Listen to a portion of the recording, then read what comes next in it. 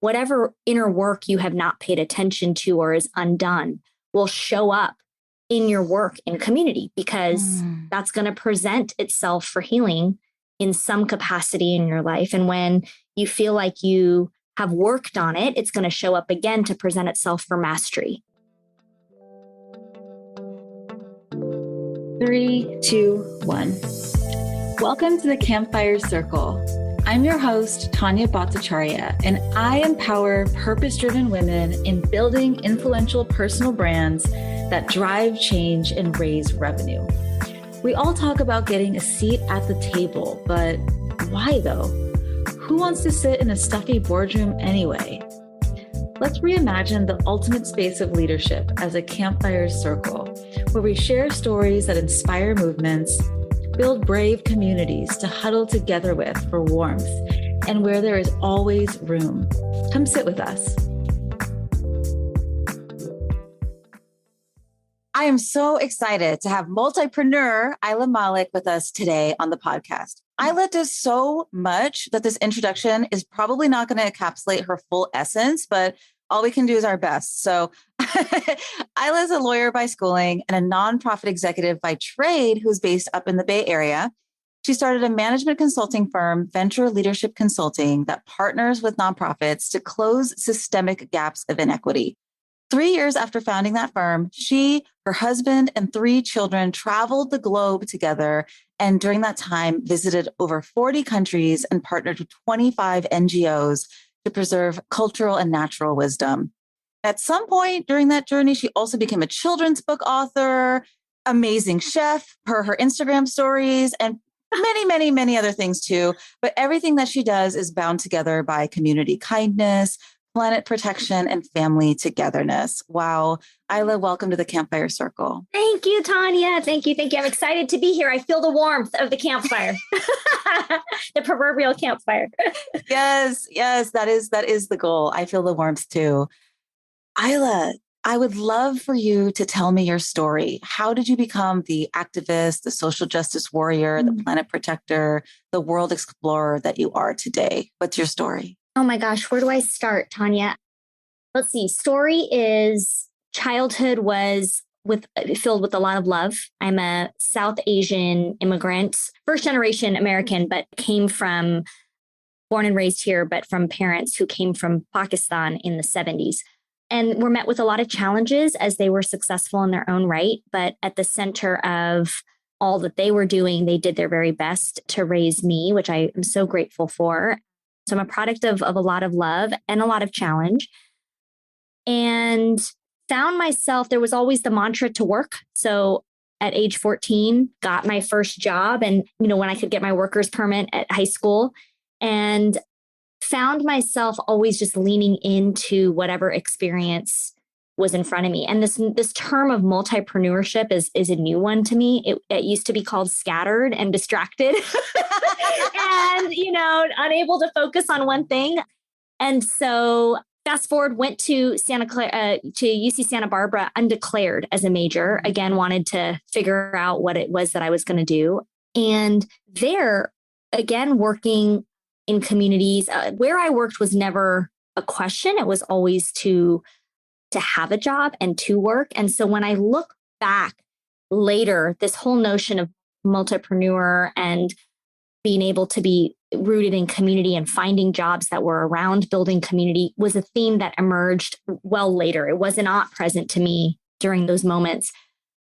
And there's a really interesting story for me that I recently became present to, which was that I ended up becoming an environmental studies major in Santa Barbara. And at the time, there was a lot of activism on campus against oil rigging, and there were people living in trees as a form of civil disobedience.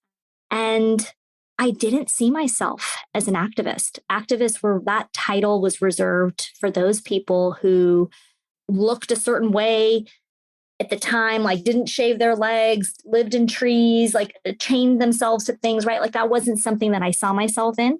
And I thought for many years that I was anything but an activist. So every single moment and at every single turn, I was drawn to people who were standing up for something.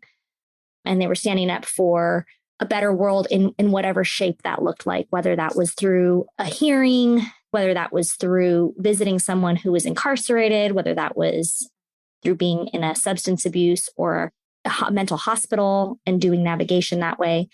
And it wasn't actually until the ending of my story where I started to try to weave together the various paths and the various experiences to make it mean something that I realized that activism to me looked like a deep intention and a desire for a better planet, and using all my dimensions to move that way, whether that's through parenting and being intentional in my parenting, whether that's through building companies that are for, elevating the nonprofit sector, whether that was through community building, through volunteerism, and through my own advocacy within my community. So figuring out what that looked like brought me to a place in my journey where I'm able to incorporate all of those things with a lot of pride.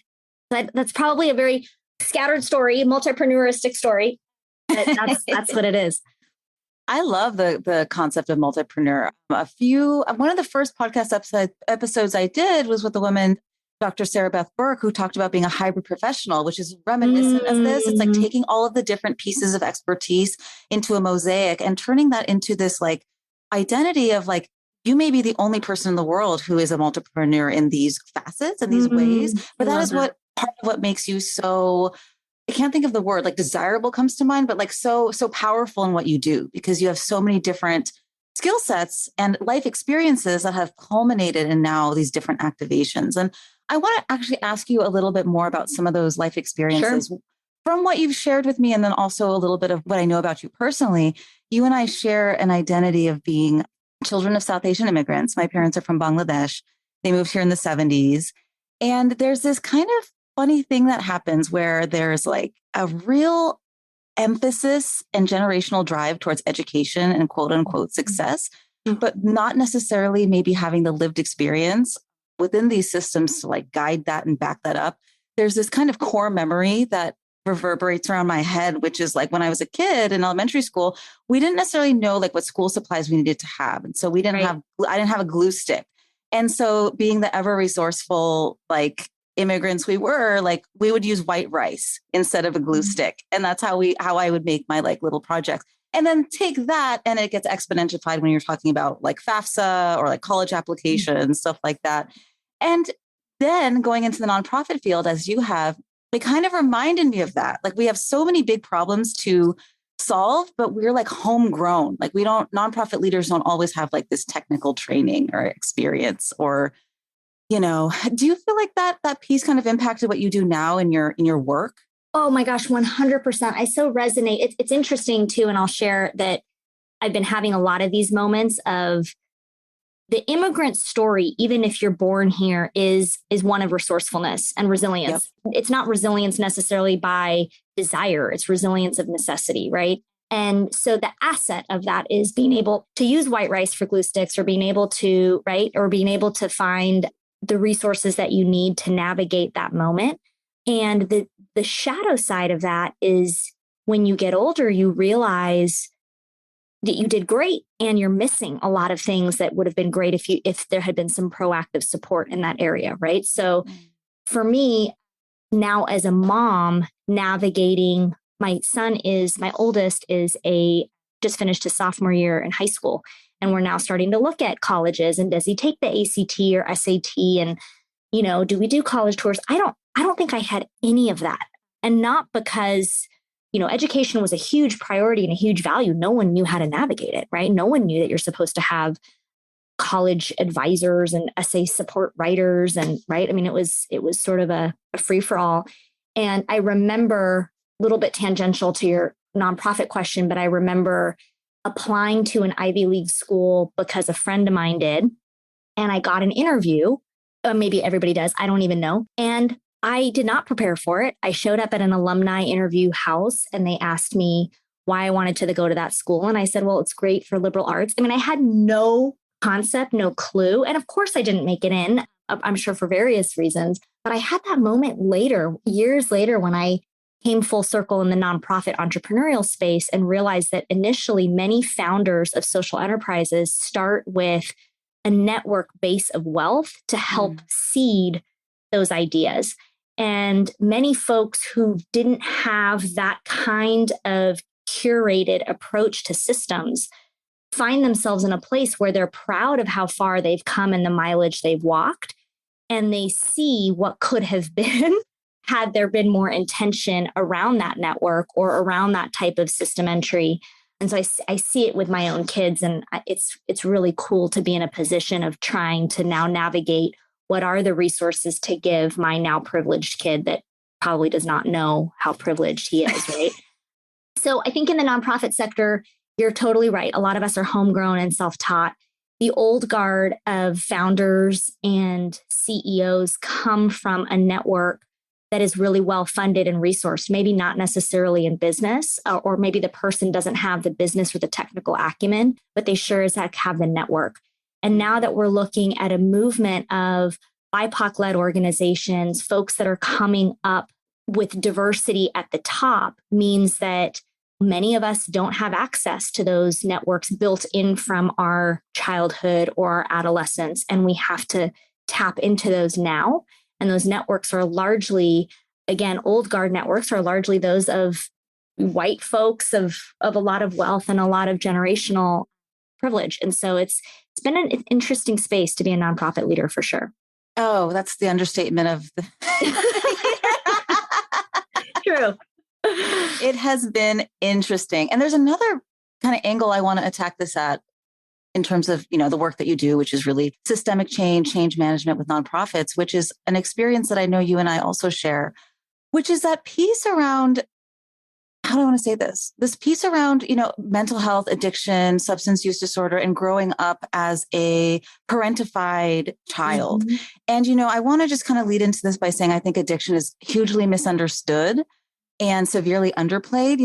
I never personally had that allergy to drugs and alcohol that so many do, but the behaviors that show up for me are overwork, perfectionism, codependency. And I think so many of us who flock to social impact work and nonprofit work had something happen to us either in our childhood or in our lineage that caused us to have this parentification, this like savior, this martyrdom energy, if you will.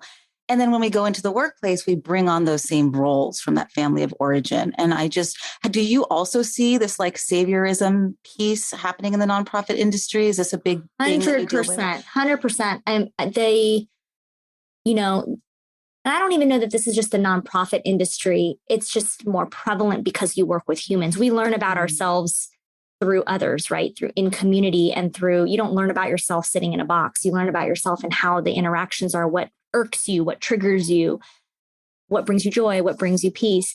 And so much of, I really believe, and I used to say this all the time when I would hire volunteers, whatever inner work you have not paid attention to or is undone will show up in your work in community, because that's going to present itself for healing in some capacity in your life. And when you feel like you have worked on it, it's going to show up again to present itself for mastery, right? A double check is my belief. And so because the nonprofit community is one in which we are working with people in community, in our staff teams and our board teams, and then out with other people largely, that inner work shows up and presents itself in various forms again and again. And I think coupled with the inner work that presents, a lot of us in the sector have a very difficult and complicated relationship with conflict.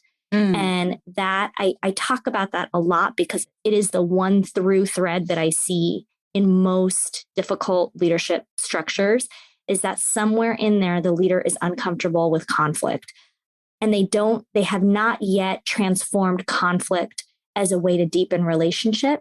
They see it either as somewhere in their childhood experience as destructive or as something that was irreparable or caused a lot of pain.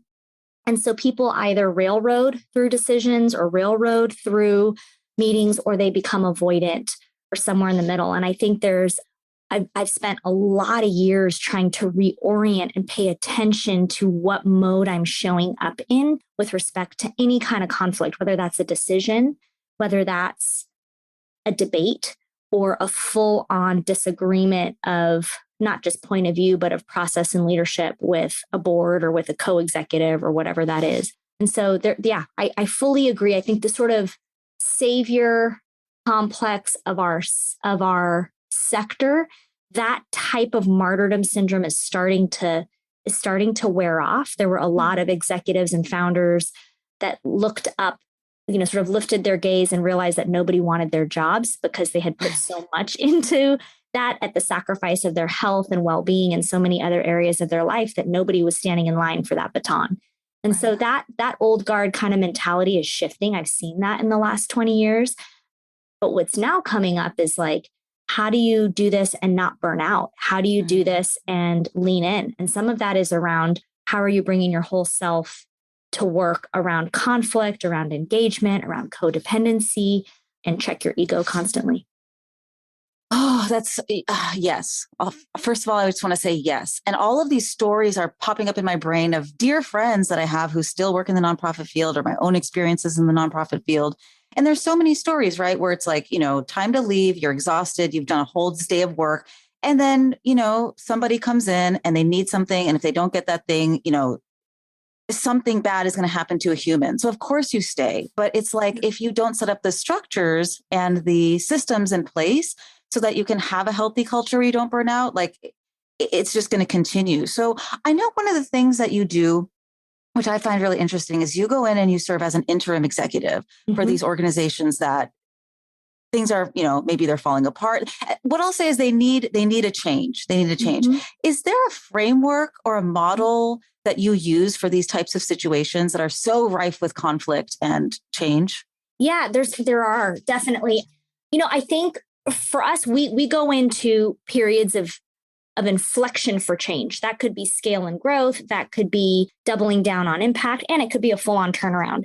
The framework that we lean on, and to my knowledge, it has not been adapted for organizational development, but I use it all the time for it. And if any of your listeners want more, I'm happy to share a deck that we've made. I should probably write something up, but we use the Miller and Rolnick framework around substance addiction. So William Miller and Stephen Rolnick did back in the 80s and 90s, they started looking at how is it that we can get substance addicted individuals to change their habits, change their behavior. And they came up with motivational interviewing.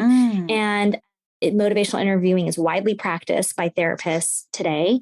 But when we talk about organizational change, organizations are made from people. It's about behavioral change at its core. And so we essentially use that framework to understand what stage of change is that organization in, and where is that showing up? What organizational stage of change is the board showing up as the executive bench, the senior leadership team, down to your staff.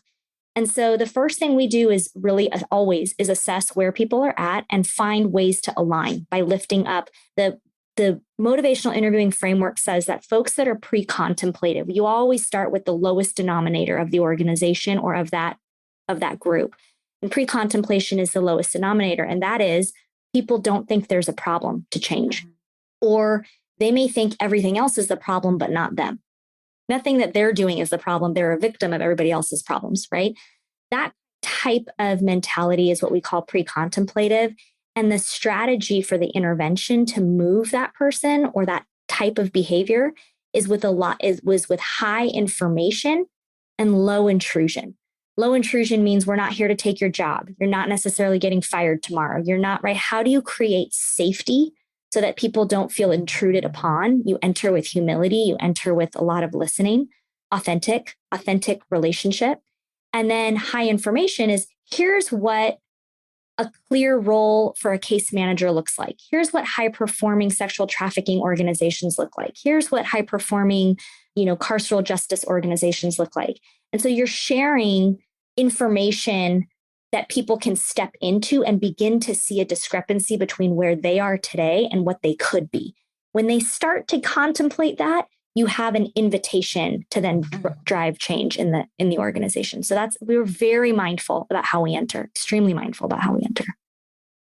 So can I just say, this is like a magic moment. I can't believe you actually use the stages of change model. I'm very familiar with the stages of change model. And watching folks move from pre-contemplation, going all the way to action, willpower, maintenance, because that is what we would use because I come from the behavioral healthcare field, and that is literally what we would use to bring somebody from the depths of despair in active addiction to recovery. And the fact that you use that now for organizations is so brilliant, is so fabulous.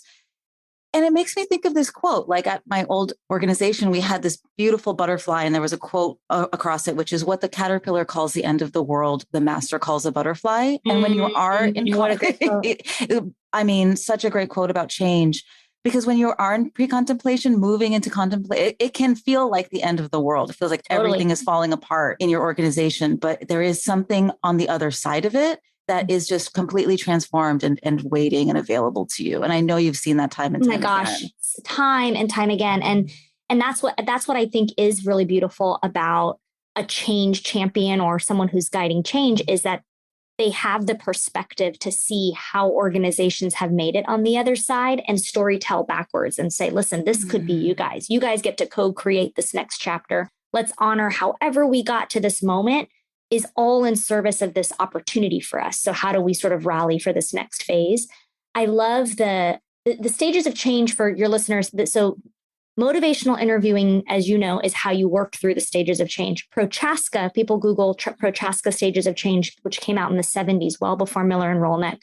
They'll be able to see the stage that you just mentioned that is now pictographed in like steps and lines and circles and all kinds of things. Yeah. But that's literally the reason I started applying that was I came from case management practice, working with juvenile justice young people. And that was a framework that I started using in my practice and teaching staff, and felt like, oh, I get how you help make change accessible. How do we do this in a bigger sandbox? How do we do this with systems? How do we do this with organizations? And it works. There's not a rote way, but the framework and the concept and how you think about architecting change works at all different sandboxes.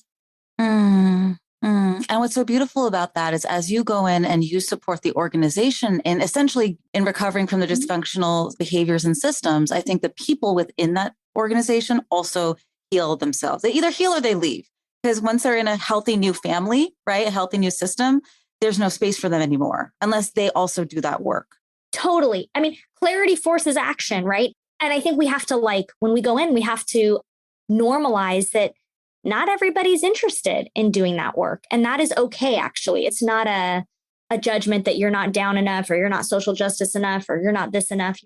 Wherever you are in control of what strategy and effort you need to deploy in what domains of your life. And so if this no longer aligns because the organization has clarity, let's align people to their highest and best use and get this bus loaded for the journey that this mission needs, right? What's central to our work and central to any change initiative is the intention, which I know is really important to you in your practice, Tanya, but maintaining your intention as the true north is what grounds the authenticity of the alignment and prevents people from feeling like all this is in service of, moving this type of people out or this type of people in. It's really about what is it that's going to serve the mission.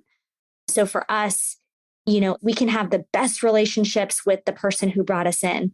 And guess what? In face of the mission, everybody is dispensable. Even the boss that brought us in, the CEO, the board chair, nobody is above the mission. That's who our loyalty is. Even if the funder paid for us, we're really about the mission. And that helps us stay very grounded and intentional around what types and earn the trust of the staff and of leadership to play and do whatever we need to do. Hey, if anything you're hearing today inspires you to get more visible as a go-to trusted voice for your audience and drive change towards your deeper mission, I've got something for you. LinkedIn is my favorite place to share my stories and build relationships with my co-conspirators and brand new friends. So I put together a free resource with 14 prompts to create your next post on LinkedIn. Take all the guesswork out of what to say and just start building your impact and influence. Be sure to tag me in your post so I can come by, cheer you on, and amplify your message. You can find those free prompts in the show notes. Okay, back to the episode. I want to shift a little bit. I love how you speak about this one particular mission of yours, which is through venture leadership, but you also have other activations of your vision or your mission. And so like, I want to know a little bit about how you show up as your own, as a personal change maker, as a thought leader. And I know one of the ways you do that is Clubhouse, because I know that's how you met John and Becky. And I don't know how you and indirectly I met. you. I think it was through all these Clubhouse contacts. I know. You and I don't think ever actually ended up in a room together, but I don't think that you and I would know each other if it wasn't for Clubhouse. So it's just amazing how relationships get forged in this new kind of like super digital age. But like, how do you use tools like Clubhouse for your own thought leadership? I'm so glad that you and I are going to get to talk about this because it'll help. Maybe we can riff and crystallize our learning. So Clubhouse, my value set is around building community. Some people, my husband's value set is around working out. Like if he has extra time, he's going to go work out. He's going to go do other. Mine is going to be to look for ways to build community. Ironically, as a semi-introvert. So I'm not right. Like me building community isn't attending a ton of parties. It's going to be around finding ways to connect or deeply see people or be seen by people. And so during the pandemic was when Clubhouse, if you remember, had its like little invitation only. And I was curious about it. I had a friend who had a lot of energy around hosting fundraising conversations on Clubhouse. And I don't pitch myself particularly as a fundraiser, but it's certainly one of the domains of leadership. So I said, okay, I'll join. And I started putzing around on Clubhouse and seeing that it was all about like what I saw in my feed was like NFTs, which I don't yet still understand, dating. There was like 5 different things. And I was like, oh my gosh, where are my nonprofit people at? Where's the community at? And I couldn't really find those kinds of things. And so I started a nonprofit club. If any of you are in Clubhouse, there's several, I think couple of clubs that are all great. And just trying to sort of hoard and corral like the sectors people into a space. And like a lot of these activations, I find I'm someone who loves ritual. And so I typically find something that will be a pace for me to engage. And so I'm not the person that goes totally gung-ho necessarily, because I know myself well enough to know that if I'm going to sprint, I have to rest. So is this a sprinting kind of thing, or is this something you want to try out? So I had committed to twice a week being on Clubhouse, once with this friend's room, and then once on this Clubhouse club that I was going to see if the community wanted to pick up. And now to this day, I still do at least once a month on Fridays in that Clubhouse room. And what I discovered, I did it for a year. I did it weekly for 1 year, 1.5 years actually. And I started coming out saying, oh my God, Clubhouse is the best life coach. It's a free life coach, because I learned so much about myself in doing Clubhouse that I would love to lift up and riff, but you have to pay attention. And so just to your question, I think for me, everything I do, because it costs me something. It costs me something in my family to step out for an hour. It costs me something in my other relationships, maybe costs me a less hour of sleep. I'm very aware of the cost. And so if I'm doing something, I'm looking for a deeper intention or a deeper meaning. And if I'm finding myself getting frustrated or it's not bringing me immediate joy, usually before I dismiss it, I will try to ask myself what that's about. And hence Clubhouse as a life coach, I'm like, oh, wow, there's a lot of things that are triggering me right now that I need to better explore. So let me pause. I'll pause there and see if you have any kinship there. I have a lot of kinship. I think the repetition and the consistency is a huge skill set that is very important for thought leadership. And I think that's sometimes the missing piece, right? People are like, oh, well, I have all these things I want to say. And then like, it's hard. It's hard to stay consistent. That's why diets fail. That's why I think consistency and being able to form habits is one of the greatest predictor for success out, like more than anything else. And I think that's why Atomic Habits was such a big hit. And so I think, yes, that consistency piece is huge.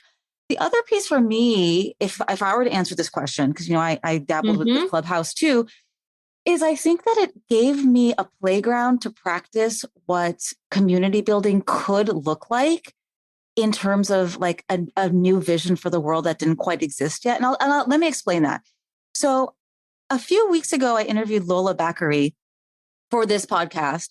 And she started a Clubhouse group called Professional Women of Color. And I found it really early. And I, kept showing up every Tuesday. Again, repetition and consistency because I needed it. The group was where we would share one scary thing that we did the last week.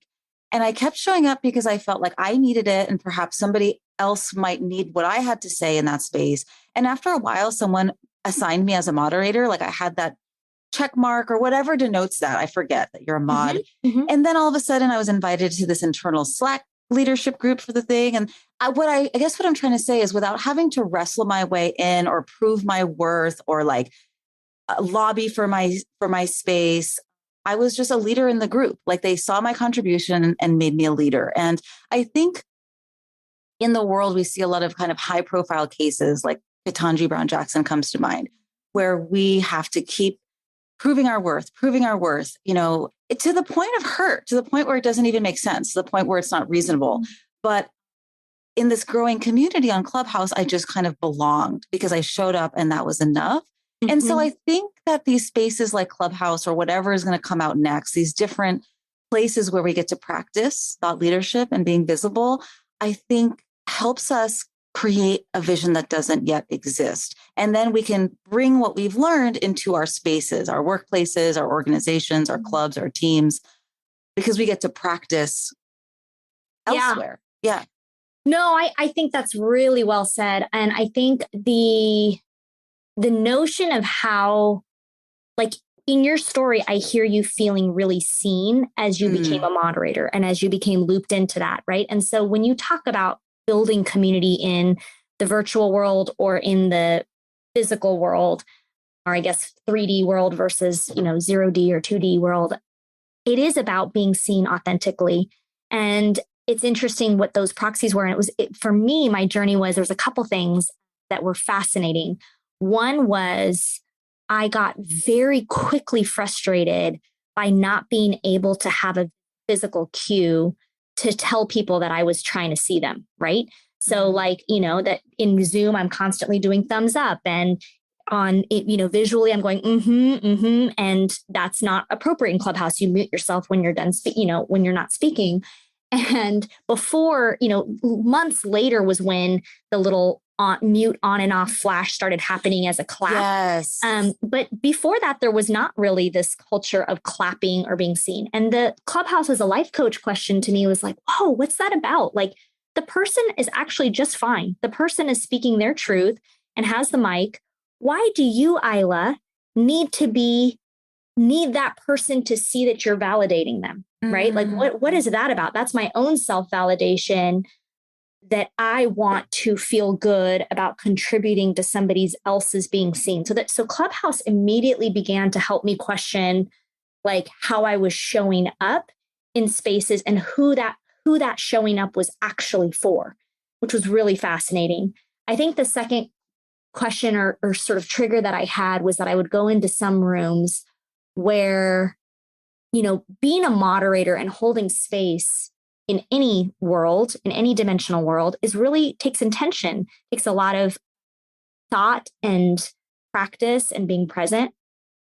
And it's certainly true in Clubhouse when you're the moderator. I don't moderate rooms and walk around like I am sitting and I'm taking notes. Like I am really holding that space, even though participants may be doing multitasking things. And I want people to feel like they can come in and out of that space safely and to what meets their needs. But in holding that space and curating that space, it takes some intention and time.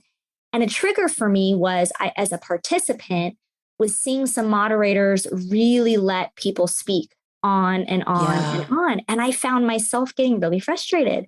And after I got frustrated, I realized like, wow, there's so much beauty in the fact that this moderator is not trying to cut the person off and is not thinking of the rest of the room necessarily, but is actually really focused on letting that person go. And so I started to then ask myself, how much do I control in settings and in conversations and around spaces? How much can I let go and really listen and not be so impatient about getting to the punchline or getting to the action or just letting people be? That was a really beautiful lesson. And it took me a couple things. Let me just lift up two more and then I'll kick it back to you. The other one for me was around back to validation was when I was holding rooms, I found myself, there's a feature where you're holding a room. So our room was sort of like bring a quote, an intention. It's a riff. It was an open riff on Fridays for practitioners. And I found myself initially trying to hold space, and you can ping people in to the room. And I wouldn't do a lot of pregame of like, hey, everybody join. A lot of folks that were holding rooms that were very, very successful had done a lot of pregame beforehand. Mine was just a container. And there were some days where there were like 3 attendees and some days where there were 20 attendees. And so getting off of that call and feeling like being very active in dismissing a metric of success or failure based upon number of attendees and participants was another life teaching moment where I had that moment of like, I'm doing this to build community. I'm doing this to feed myself. I'm doing this to provide a space for other people to feed themselves. That one, that's going to ebb and flow, and not every conversation is going to feel totally bucket filling. And 2, your measure of success to that intention is not necessarily how many people showed up. And if that was the measure of success, then why aren't you pinging people in, right? So there was a very interesting, like I had to hold myself accountable to the intention and what was happening and my feelings. So I'll stop, but my hats are off to Clubhouse. And if you stay awake during anything that you do, I think you can have real life coaching possibilities. Oh my gosh. I mean, I just had so many aha moments as you were talking, from the piece around wanting to validate people as they're speaking, which by the way, I have to just name that tapping the mute on and off of the applause as such a white rice as a glue stick moment, like, because we didn't have the tools, right? Totally. To be able to but we figured it out. We were resourceful. We were like, let's just do this. The piece around being in an open riff room, that was a huge life coach thing for me too, because I always have felt like every blank space in a conversation has to be filled. But no, you can like sit quietly and just wait for the next comment to emerge. And for me, one of the things that came up for me as you were sharing just now was how much I didn't necessarily need to validate other people, but my big thing is I didn't want to interrupt. So in these open riff rooms, when it was just kind of like not popcorn style, but you just whoever was next went, I never went because I was so afraid of interrupting or like starting to talk at the same time as someone else. And it's all these things that we realize that, if we accidentally interrupt someone, it's really not a big deal. It's all good. It's fine. And so again, it's a place to practice a different way of being where maybe the stakes are not so high and figure out how to live maybe without urgency too. Because the urgency is a big thing that I hear in what you've said and what I'm thinking too. Like it's a way to practice living without urgency. Yeah. And I think it's practicing living without control, I would say. I don't know, urgency, control are double sides of the same coin, but sort of this or same side of a coin. But I think there's this notion of like, when you let go of something and you just participate and you witness, some really beautiful things can happen, either discomfort in which you can have a moment of introspection or joy. And there's something that you discovered that you did not architect or construct, right? And I also found myself, when you did go for the mic in those riff rooms, so when I wasn't a moderator and if I went for the mic in the riff room, I would often speak like top of mind and then get off I'm Aila and I'm done speaking and have this moment of, oh shit, did that even make any sense? Like, have this second guessing of myself because now the moment is gone. And I am, because I want to be not a mic hog and be able to pass the mic around, that comment may or may not get picked up on. It may or may not feel complete to me. And I don't really have a chance to recomplete it. It's not necessarily my space. And so that was also an interesting learning. Like, okay, maybe it made sense. Maybe it didn't make sense. Did I feel good contributing it? If I didn't, think about that. What was the need to reach for that mic if you didn't feel like you had your thoughts all dialed down? On the other hand, great that you went with your gut. Maybe someone was meant to hear that comment, right? So it was an interesting mind. The Clubhouse for me was not just building community outwardly, but building community with myself because I was having so much internal chatter in both good and bad ways, which was fascinating. Yeah, I couldn't agree more. It's definitely a way to self-grow, self-actualize, all of those kinds of things. I could talk to you about this for another hour, but Me I too. know, and maybe we will. Maybe part two is to come. But in these last couple of moments, I have two more questions that I would love to ask you that I ask everyone. One is easy, one is maybe not. This is the not so easy one. Or maybe it's easy for you. Anyway, what is your big dreamy vision for the future?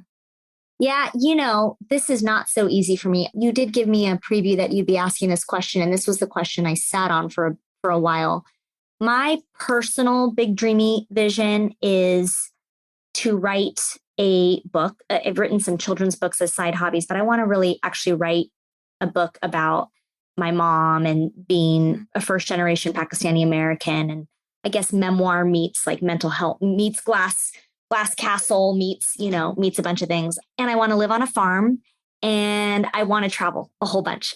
Those are sort of my personal ones.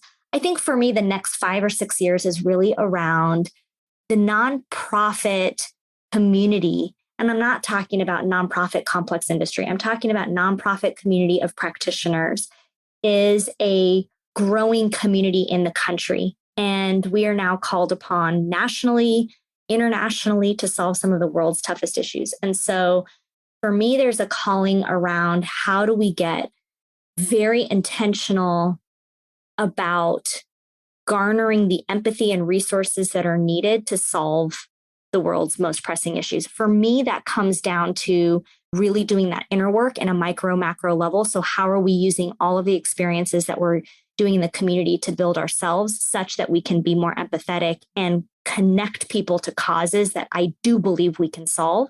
But I think that requires being comfortable with conflict. It requires doing our own work.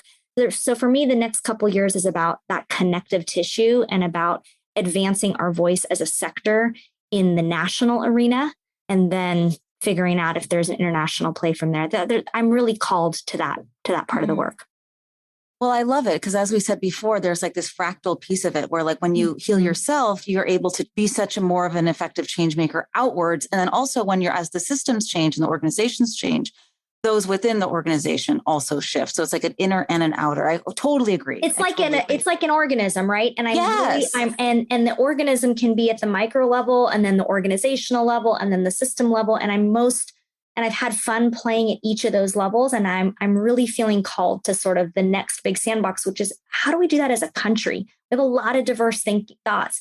We have a lot of diverse pain and experiences, power structures. Like, how do we do that in a way where it's not dominated by just the polarized extremes of polarized left, polarized right? Like, how do we actually bring community empathy to the center of our work as a country and as an international community, as a planet? So that's the sandbox I want to try. We want to try motivational interviewing in that sandbox. What does that look like? What conversations have to be had? What kind of fights have to be had? What tears? What reparation, reconciliation? Like, that's what my vision.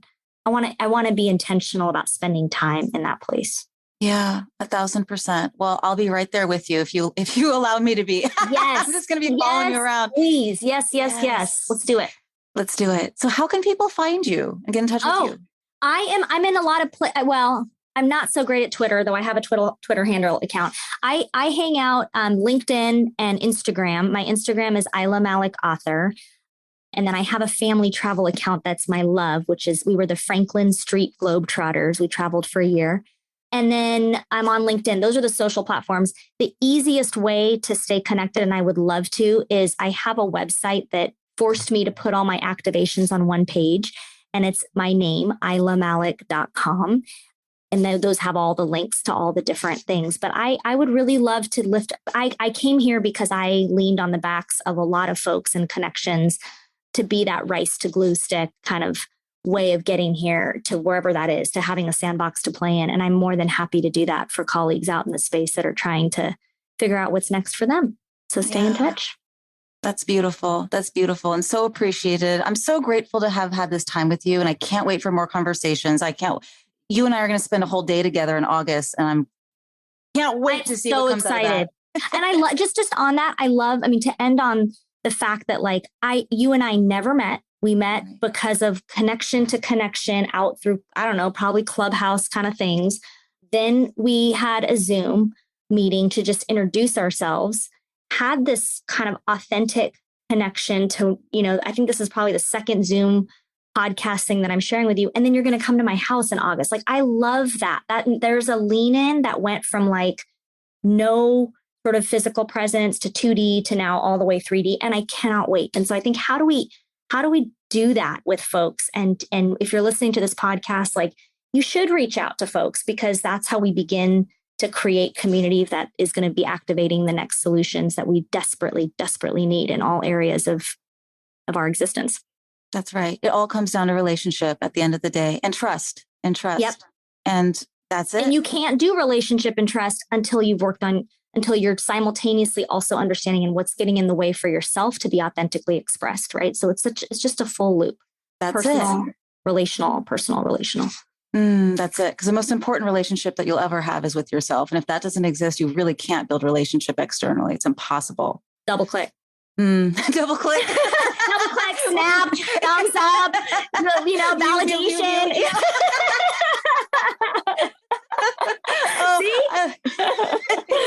I love you so much. This was such an amazing chat. Thank you for this time. I appreciate you. Appreciate you too. Talk to you soon. Let me know any next steps. Thank you. Thank you. Thank you. Absolutely. Take care. Bye-bye. What'd you think? Leave us a review on Apple Podcasts, or even better, reach out and let me know through lumosmarketing.co. Yes, that's Lumos, as in the illumination spell from Harry Potter. Because when you shine, magical things happen. You can get social with me on LinkedIn, and of course, check out the show notes to stay in touch with our guests. Let's talk soon.